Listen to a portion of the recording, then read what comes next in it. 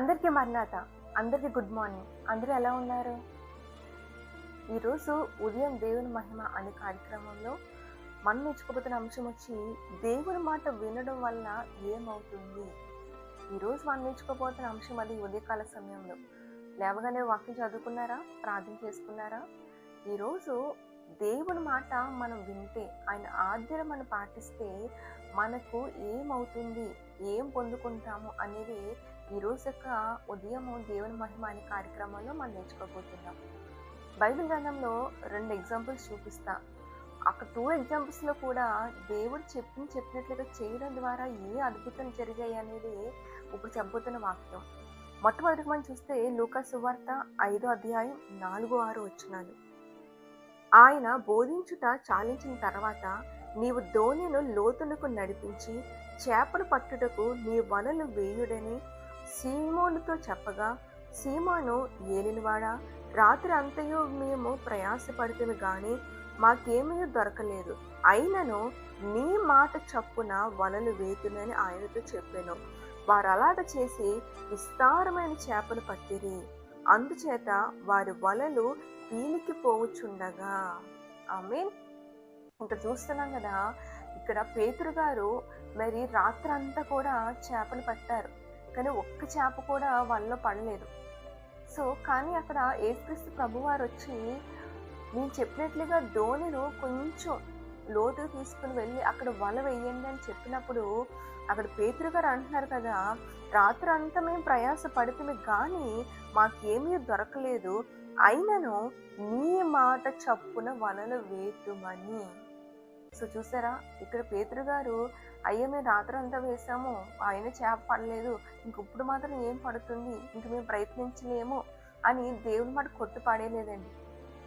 సరేనయ్యా, ఈ రాత్రంతా ప్రయత్నించాము, కానీ మీరు చెప్తున్నారు కాబట్టి ఒక్కసారి మేము ప్రయత్నిస్తాము అని దేవుని మాట చప్పున దేవుడు చెప్పినట్లుగా కొంచెం ఎదురు తీసుకుని వెళ్ళి వల వేయగానే అక్కడ విస్తారమైన చేపలు పడ్డాయి వలలో. ఎంత విస్తారమైందంటే అక్కడున్న వాడలన్నీ కూడా నిండిపోయి అంత చేపలు పడ్డాయి. ఆ యొక్క వల పీలుకుపోయి అంటే చిరిగిపోయి అంత విస్తారమైన చేపలు పడ్డాయి. కారణము అక్కడ దేవుడు మాట వినడం వలన. ఈరోజు నువ్వు కూడా దేవుని మాట విన్నట్లయితే, ఆయన ప్రార్థన చేసుకున్నట్లయితే, ఆయన నీకు ఇచ్చిన తలంతుల ప్రకారం నువ్వు వెళ్ళినట్లయితే ఖచ్చితంగా విస్తారమైన ఆశీర్వాదాలు, విస్తారమైన దీవెనలు దేవుడు మనకు దయచేస్తాడు. మన ఇష్టమ ప్రకారంగా మనం వెళ్ళిపోతే మన లైఫ్ ఎలా ఉంటుందో కానీ, దేవుడు చెప్పినట్లుగా, దేవుడు చిత్తంగా, ఆయన చిత్తానుసరంగా మన జీవితం ప్రార్థన జీవితంతో నడిచినట్లయితే విస్తారమైన ఆశీర్వాదాలు మనం పొందుకుంటాం. ఇక్కడ పేతురు గారు దేవుని మాట విని దేవుడి మాట చప్పున చేశారు కనుకుని అక్కడ విస్తారమైన చేపలు పడినట్లుగా అద్భుతం అని చూస్తున్నాం. రెండో ఉదాహరణ యోహాను సువార్త 2వ అధ్యాయం 7వ వచనం. యేసు ఆ బాణలు నీళ్లతో నింపుడని వారితో చెప్పగా, వారు వాటిని అంచుల మట్టుకు నింపిరి. అప్పుడు ఆయన వారితో, మీరు ఇప్పుడు ముంచి బిందు ప్రధాని యొద్దకు తీసుకుని పోడని చెప్పగా, వారు తీసుకుని పోయిరి. ఆ ద్రాక్ష రసము ఎక్కడి నుండి వచ్చేనో ఆ నీళ్లు ముంచి తీసుకుని పోయిన పరిచారకులకే తెలిసినది గాని బిందు ప్రధానికి తెలియకపోయేను కనుక, ద్రాక్షారసమైన ఆ నీళ్లు రుచి చూచినప్పుడు ఆ బిందు ప్రధాని పెళ్లి కుమారుని పిలిచి. ఇక్కడ చూస్తున్నాం కదా, ఈ సంఘటన మనందరికీ అవగాహనే. కానాను పెళ్లి విందులో వివాహం జరుగుతుంది. అక్కడికి యేసుక్రీస్తు ప్రభువారిని, తల్లిని, శిష్యుల్ని ఆహ్వానించారు. అక్కడ ద్రాక్షరసం అయిపోయిన సమయంలో, ద్రాక్షరసం కొరత వచ్చిన సమయంలో అక్కడ యేసుక్రీస్తు ప్రభువు ఉండడం ద్వారా ఆయన సమయం వచ్చినప్పుడు మరియమ్మ గారు వెళ్ళి చెప్తారు. ఆ పైన యోహాను సువార్త 2వ వచనం నుంచి మీరు చదువుకోండి, 1వ వచనం నుంచి.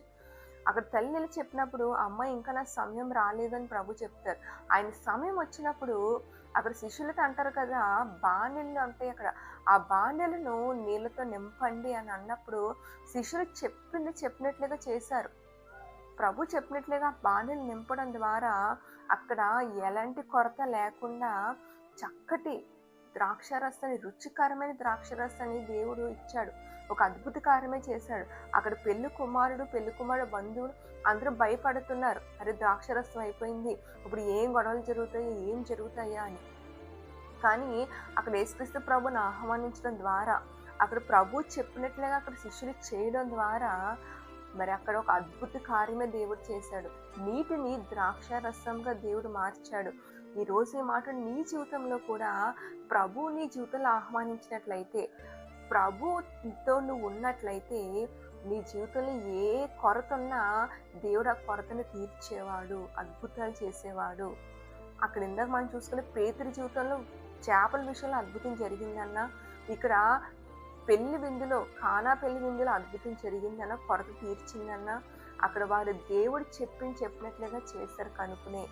ఈరోజు ఈ మాట్లాడే నీ జీవితంలో కూడా మనుషులు చెప్పినట్లు మనం చేసినా చేయకపోయినా పర్లేదు, కానీ దేవుడు చెప్పినట్లుగా ఆయన మన జీవితంలోకి ఆహ్వానించినట్లయితే, ఆయన చెప్పినట్లుగా మనం చేసినట్లయితే మన జీవితంలో దేవుడు అద్భుత కార్యాలు చేసేవాడు ఆయన.